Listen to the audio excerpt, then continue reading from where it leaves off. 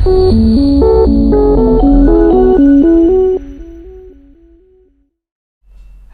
दोस्तों, स्वागत है आपका कर्मवीर सर ट्यूटोरियल की एक और वीडियो में। पिछली बार हमने एक्सरसाइज 8.1 का क्वेश्चन नंबर 1 किया था। आज हम क्वेश्चन नंबर 2 करने जा रहे हैं। इसमें आपको एक फिगर दिया गया है, ट्रायंगल पी क्यू आर एक राइट एंगल ट्रायंगल है जिसमें पी क्यू 12 सेंटीमीटर है और पी आर 13 सेंटीमीटर है। आपको फाइंड आउट करना है tan p minus cot R. ठीक है, तो कैसे करेंगे?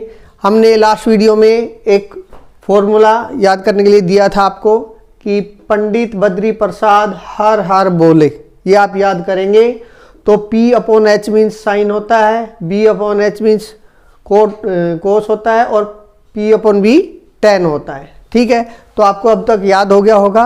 अब हम इसका यूज करेंगे इसको क्वेश्चन को करने के लिए। तो देखिए कैसे करेंगे। यहाँ हमें चाहिए tan P, तो आपको पता है tan क्या होता है? Perpendicular upon base. लेकिन आपको ये जरूर ध्यान रखना है कि जो हमारा एक्यूट एंगल है वो क्या है, क्योंकि उसी से हमारा डिसाइड होगा कि हमारा बेस कौन सा है और परपेंडिकुलर कौन सा। तो P यहाँ पर हमारा एंगल है, तो P ये अगर यदि एंगल है हमारा एक्यूट एंगल, तो इसकी अपोजिट साइड ये परपेंडिकुलर होगा QR और फिर PQ हो जाएगा बेस, और PR हमेशा हाइपोटेन्यूज होता है, आपको पता ही है। तो tan P के लिए परपेंडिकुलर अपॉन बेस करना है, तो इस P के लिए परपेंडिकुलर क्या है? QR means QR upon base, base यानी कि PQ माइनस कोट R। अब देखिए कोट है, कोट क्या होता है? tan का उल्टा यानी बेस अपॉन परपेंडिकुलर। अब R के लिए, अब एक्यूट एंगल R हो गया, पहले हमारा एक्यूट एंगल P था, अब हो गया है R। तो R के लिए परपेंडिकुलर क्या होगा? अगर यदि हमारा एक्यूट एंगल P की जगह R है, तो R की अपोजिट साइड क्या है हमारी? PQ, वो हमारा क्या? परपेंडिकुलर, और बेस क्या है? QR। तो कोट क्या होता है? बेस अपॉन परपेंडिकुलर, और इसके लिए बेस क्या है? QR means QR upon base upon perpendicular. ये बेस हो गया, परपेंडिकुलर क्या है? PQ upon PQ। अब देखिए QR upon PQ minus QR upon PQ, दोनों सेम टर्म आ गई है, दोनों कट जाएंगी और इसकी वैल्यू कितनी आ गई? 0। इसका आंसर आ गया 0। ठीक है, तो ये बड़ा इजी है। आप चाहे तो यहाँ पर इस क्वेश्चन में बेस की वैल्यू फाइंड आउट कर सकते हैं पाइथागोरस थ्योरम के द्वारा, और जैसे हमने लास्ट वीडियो में की थी, तो और फिर आगे कर सकते हैं। लेकिन आप उसके बिना भी इसको कम कर सकते हैं, क्योंकि यहाँ पे सेम टर्म होगी। अगर यदि यहाँ पे डिफरेंट टर्म आती तो हम उसकी वैल्यू फाइंड आउट करके और वो यहाँ लिख देते कैलकुलेट करके, और हमारा आंसर आ जाता है। ठीक है, चलते हैं नेक्स्ट क्वेश्चन। क्वेश्चन 3 है हमारा, if sin A equal to 3/4 then calculate cos A and tan A। यहाँ पर हमें sin A की वैल्यू दी है, हमें cos A और tan A की वैल्यू फाइंड आउट करनी है। तो ये एक राइट एंगल ट्राइंगल है ABC, जो B पर राइट एंगल है। तो यहाँ पर हमारा एक्यूट एंगल A दिया हुआ है, तो ये A एक्यूट एंगल है, तो इसके लिए परपेंडिकुलर क्या होगा? अपोजिट साइड यानी BC। और ये क्या है? AB क्या है हमारा? बेस, और AC हमारा हाइपोटेन्यूज। अब देखिए sin A की वैल्यू 3/4 है, तो sin A क्या होता है? sin क्या होता है? Perpendicular upon hypotenuse. ये आपके बहुत काम आएगा, ये पंडित बद्री प्रसाद है, बहुत काम आएगा, आप इसको याद कर लीजिए। पंडित बद्री प्रसाद हर हर बोले। अब 3/4 यानी परपेंडिकुलर 3 है और हाइपोटेन्यूज 4 है, तो इन दोनों वैल्यू को हम इस ट्राइंगल के अंदर लिख लेंगे, जिससे कि हमें ये पता चल जाएगा कि कौन सी साइड इनविजिबल है, हमें फाइंड आउट करनी है। तो 3 क्या है? परपेंडिकुलर, और H यानी 4 क्या है? हाइपोटेन्यूज, यानी हमें बेस फाइंड आउट करना है। वो कैसे होगा? पाइथागोरस थ्योरम के द्वारा। तो यहाँ लिखेंगे बाय पाइथागोरस थ्योरम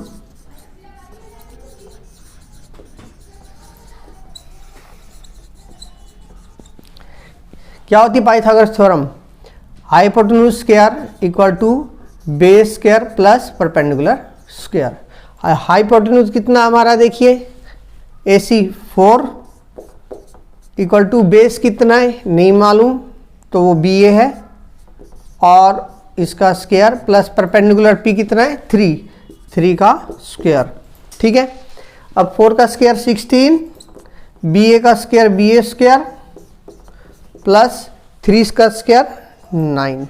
अब आपको बी ए फाइंड आउट करना है तो बी ए को यहीं रखेंगे, B A square equal to 16 minus 9, ये 9 इस साइड आ करके माइनस का हो जाएगा, तो 16 माइनस 9 कितना आएगा 7, 7 इक्वल टू बी स्क्वायर और बी ए स्क्वायर, और बी ए निकालना होगा तो क्या होगा, जब भी हमें किसी साइड से एक साइड से स्क्वायर हटाते तो दूसरी साइड का क्या होता है रूट हो जाता है, आपको पता होगा। या हम ऐसे भी कर सकते हैं कि दोनों तरफ का स्क्वायर रूट लेंगे तो ये स्क्वायर से स्क्वायर रूट कट जाएगा और यहाँ पे रूट आ जाएगा, ठीक है। आप root 7 equal to B A या B A equal to root 7 ऐसे भी लिख सकते हैं, ठीक है। तो आपने देखा कि जो बेस आया हमारा वो रूट 7 आ गया है, रूट 7। अब हमें वैल्यू किसकी फाइंड आउट करनी है, देखिए हमें वैल्यू फाइंड आउट करनी है कोस ए की। तो कोस ए, कोस क्या होता है हमारा बेस अपॉन हाइपोटेन्यूज, बेस क्या है यहाँ पे रूट 7 अपॉन हाइपोटेन्यूज कितना है 4, ये आ गई इसकी वैल्यू, ठीक है।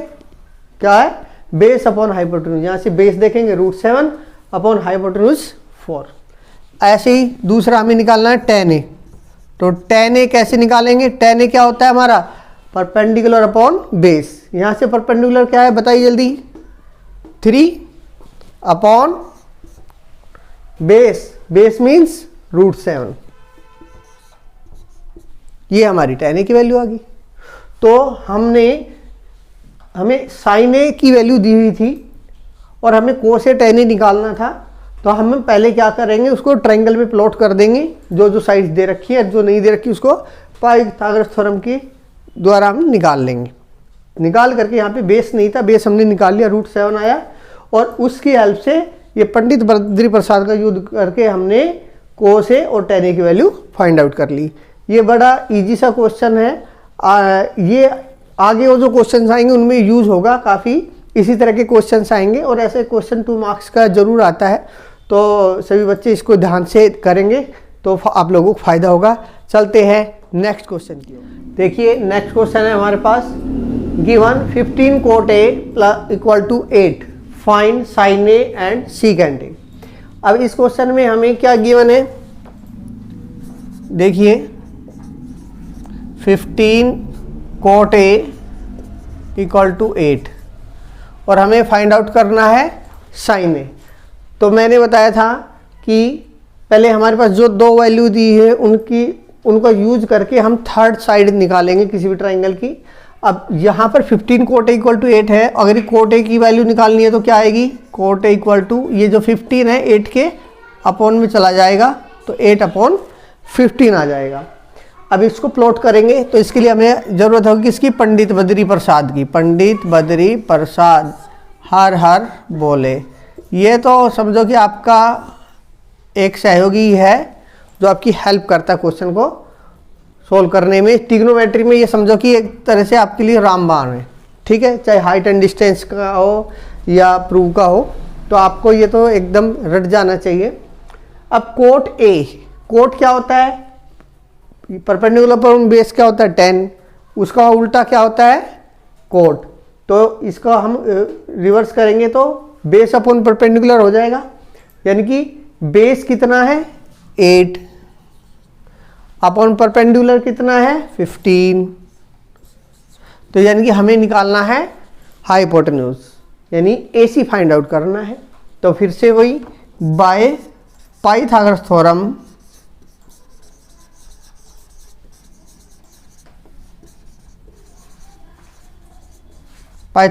में वही लगाएंगे, hypotenuse square equal to base square plus perpendicular square.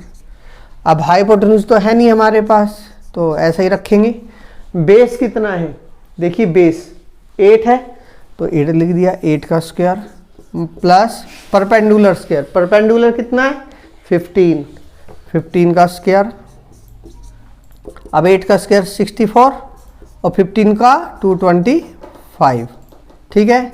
इन दोनों को ऐड करेंगे, हम ऐड करेंगे तो कितना आएगा 5 4 9 6 2 8 और 2 289। अब 8h इक्वल टू 289 का स्क्वायर रूट। तो ये तो आपने 8th क्लास में पढ़ा होगा कि 289 का स्क्वायर रूट क्या होता है 17। ठीक है, तो h आ गया आपका 17, यानी कि हाइपोटेन्यूज आ गया आपका 17। अब देखिए आपने वैल्यू जिसकी निकालनी है, किसकी, साइन ए। अब साइन क्या है, परपेंडिकुलर अपॉन हाइपोटेन्यूज। तो परपेंडिकुलर क्या है यहाँ पर हमारा 15 अपॉन हाइपोटेन्यूज कितना है 17। तो साइन ए की वैल्यू आ गई 15 अपॉन 17। अब सीकेंट ए, सीकेंट क्या होता है, कोस का उल्टा। कोस होता है हमारा बेस अपॉन हाइपोटेन्यूज। तो सीकेंट हो जाएगा हाइपोटेन्यूज अपॉन बेस। तो हाइपोटेन्यूज कितना है 17 अपॉन बेस कितना है 8। तो सीकेंट आ गया 17 अपॉन 8 और साइन ए आ गया हमारा 15 अपॉन 17। तो इस तरह से इजी से क्वेश्चन में आप आसानी से कर पाएंगे और उम्मीद है आप इसको समझ गए होंगे। और फिर भी कोई डाउट है तो आप कमेंट करके पूछ सकते हैं। अभी लेते हैं हम नेक्स्ट क्वेश्चन है question number 5। Given secant theta equal to 13/12, calculate all other trigonometric ratios. हमें सीकेंट थीटा की वैल्यू दी गई है और हमें बाकी ट्रिग्नोमेट्रिक रेशियोज निकालते हैं। अब बाकी कौन कौन से हैं, sine theta, cos theta, tan theta, cosecant theta और कोट थीटा। ठीक है, अब देखिए 6 में से 1 दिया हुआ है, हमें 5 रेशियोज और निकालने, तो बड़ी इजीली निकल जाएंगे, कोई बड़ी बात नहीं है। स्टेप बाय स्टेप करेंगे तो आप कभी गलती नहीं होगी और इजीली कर पाएंगे। अब देखिए कैसे करना है। हमें पता है कि सीकेंट थीटा क्या होता है, कोस थीटा का उल्टा। अब हम क्या करेंगे, एक राइट एंगल ट्राइंगल बनाएंगे और या बेस पे ये हमने थीटा एंगल मान लिया इसका। ठीक है, अब यहाँ पर ये बेस अपॉन हाइपोटेन्यूज होता है। कोस हमें सीकेंट दिया हुआ है, सीकेंट क्या है इसका उल्टा, यानी हाइपोटेन्यूज अपॉन बेस। मीन्स ये हाइपोटेन्यूज है कितना 13, ठीक है, और बेस कितना है 12, यानी ये बेस 12 दिया गया। ठीक है, इनको हमने ट्रायंगल पे प्लॉट कर लेना है। अब हमें पता चल रहा है कि जो थर्ड साइड है वो ये जो कि परपेंडिकुलर है, क्योंकि एक्यूट एंगल थीटा है ये, तो इसकी अपोजिट साइड परपेंडिकुलर होती है, हमेशा पता है आपको। यानी परपेंडिकुलर फाइंड आउट करना है, वो कैसे करेंगे, पाइथागोरस थ्योरम। अभी पहले भी हमने किया है क्वेश्चंस में, तो यहाँ पे लिखेंगे बाय पाइथागोरस थ्योरम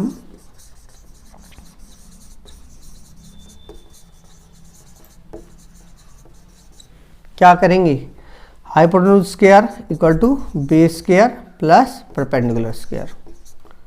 ठीक है, हाइपोटेन्यूज कितना है 13, 13 का स्क्वायर इक्वल टू बेस कितना है 12, 12 square plus perpendicular square. Perpendicular नहीं है इसलिए इसको एज इट इज रखेंगे। 13 का स्क्वायर कितना हो गया 169 और 12 का स्क्वायर 144 प्लस पी स्क्वायर।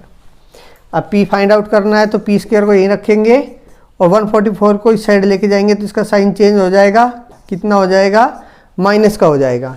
तो 169 में से 144 माइनस करें कितना बच जाएगा यहाँ पर 25। पी स्क्वायर की वैल्यू 25 है तो पी की वैल्यू क्या आ गई 25 का स्क्वायर रूट और कितना आ गया इसका square root 5, 5 equal to P और पी इक्वल टू 5। ठीक है, ये आपने फाइंड आउट कर लिया यहाँ पर पी इक्वल टू 5, यानी परपेंडिकुलर आ गया हमारा यहाँ पर 5। ठीक है, अब परपेंडिकुलर 5 आ गया है। अब हम जो भी हमारे रेशियोज है उनको इजीली फाइंड आउट कर सकते हैं। अब जो हमारे रेशियोज हमें फाइंड आउट करने हैं उन सबको लिख लेते हैं। हमें फाइंड आउट करना है sine theta, cos theta, tan theta, cosecant theta और कोट थीटा। क्योंकि हमें सीकेंट थीटा दिया हुआ वो हम फाइंड आउट नहीं करेंगे, तो 6 में से 1 दिया हुआ है, 5 रेशियो और हम फाइंड आउट करेंगे। तो देखिए साइन थीटा, साइन क्या होता है परपेंडिकुलर अपॉन हाइपोटेन्यूज। परपेंडिकुलर कितना है 5 अपॉन हाइपोटेन्यूज कितना है 13, 5/13 आ गया। कोस क्या होता है, अब देखिए या तो आप वहाँ से निकाल लीजिए, कोस क्या होता है, बेस अपॉन हाइपोटेन्यूज। तो बेस कितना है 12 अपॉन हाइपोटेन्यूज कितना है 13, 12/13। या आप यहाँ पर ये भी लगा सकते हैं कि सीकेंड थीटा का इन्वर्स होता है कोस थीटा, तो ये सीकेंड 13/12 है, इसका उल्टा कर दीजिए आप 12/13, ऐसे भी कर सकते हैं। टेन थीटा क्या होता है, 10 परपेंडिकुलर अपॉन बेस, परपेंडिकुलर कितना है 5 अपॉन बेस कितना है 12, तो 5/12 आ गया। कोसिकेंड क्या होता है, साइन का उल्टा, तो साइन क्या है 5/13, तो इसका उल्टा कर दीजिए 13/5, ठीक है। और कोट क्या होता है 10 का उल्टा, 5/12 का उल्टा 12/5। तो इस प्रकार आप जो बचे हुए रेशियोज हैं उनको फाइंड आउट कर सकते हैं। और ये आपका क्वेश्चन कंप्लीट हो गया है, बड़ा इजी सा था। तो इसे अगर यदि ये आपको याद है तो आपका क्वेश्चन बहुत ही इजी हो जाएगा, आपको घबराने की चिंता करने की बिल्कुल ज़रूरत नहीं है। बाकी मैं आपके साथ हूँ, ठीक है। कोई डाउट हो तो आप पूछ सकते हैं। अब चलते हैं नेक्स्ट क्वेश्चन है, if angle A and angle B are acute angles such that cos A equal to cos B, then show that angle A equal to B। यहाँ पर हमें angle A and B acute angles दिए हुए हैं। ये A है, ये B है, ये दोनों ही एक्यूट एंगल है, और ये आ गया हमारा C, यानी C क्या हमारा राइट एंगल, ठीक है। आपको जो क्वेश्चन है उसके अकॉर्डिंग नेमिंग कर लेनी है ट्राइंगल की। अब cos A equal to cos B, यानी ये दो एक्यूट एंगल गिवन हमें A और B, तो C पर हमारा राइट एंगल होगा, जाहिर सी बात है। हमें बताना है कि एंगल A और B है दोनों इक्वल है, ये हमें प्रूव करना है। तो देखिए कैसे करेंगे, बड़ा इजी सा क्वेश्चन है। गिवन है हमें, given that cos A equals to cos B, ठीक है। हम यहाँ पर कोस A और कोस B की वैल्यू लिखेंगे। कोस A, कोस क्या होता है, बेस अपॉन हाइपोटेन्यूज। तो A है यहाँ पर एक्यूट एंगल, तो A के लिए परपेंडिकुलर ये है BC और बेस क्या है AC। तो कोस क्या है, बेस अपॉन हाइपोटेन्यूज, तो A के लिए बेस क्या है AC, यानी AC अपॉन हाइपोटेन्यूज, हाइपोटेन्यूज क्या है AB, ठीक है। अब इक्वल टू कोस B। अब B जब एक्यूट एंगल है तो इसकी अपोजिट साइड AC ये परपेंडिकुलर होगी और BC क्या होगा, बेस होगा। तो इसमें फिर से वही बेस अपॉन हाइपोटेन्यूज, तो अब B के लिए बेस क्या है BC, यानी BC अपॉन हाइपोटेन्यूज वही AB, ठीक है, ऐसे लिख लेंगे। अब देखिए दोनों साइड इस इक्वेशन के अंदर डिनोमिनेटर में AB है, तो AB से AB कैंसिल हो गया, क्या बच गया AC इक्वल टू BC, यानी कि ये AC है, ये किसके इक्वल है BC, इस BC के इक्वल है। अब जब किसी ट्राइंगल के अंदर दो साइड इक्वल हो तो उनके अपोजिट एंगल भी इक्वल होते हैं, ये आपने पढ़ा है। तो देखिए AC का अपोजिट एंगल B है और BC का अपोजिट एंगल A। जब AC और BC इक्वल है तो इनके opposite angle A and B भी इक्वल होंगे, ठीक है। तो अब यहाँ लिखेंगे AC equal to BC, therefore angle AC का अपोजिट क्या है B, angle B equal to angle A। Reason क्या देंगे, यहाँ पर वही थ्योरम लिखेंगे हम कि angles opposite to equal sides are equal, ठीक है। बस इतना सा था, हमें प्रूव क्या करना था, angle B equal to A या A इक्वल टू B। आप इसको angle A equal to B भी लिख सकते हैं, ठीक है। तो हमें cos A equal to cos B given था, हमें फाइंड आउट प्रूव करना था A इक्वल टू B।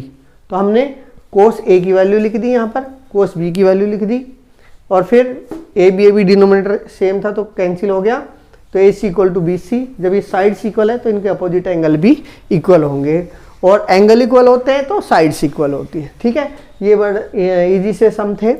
बाकी और कोई प्रॉब्लम हो, कोई डाउट हो, कुछ समझ नहीं आया हो तो आप कमेंट करके पूछ सकते हैं। और अगर यदि अच्छा ही लगे तो हमारी वीडियो को आप शेयर कर सकते हैं, लाइक कर सकते हैं और हमारे चैनल को सब्सक्राइब कर सकते हैं। Thank you.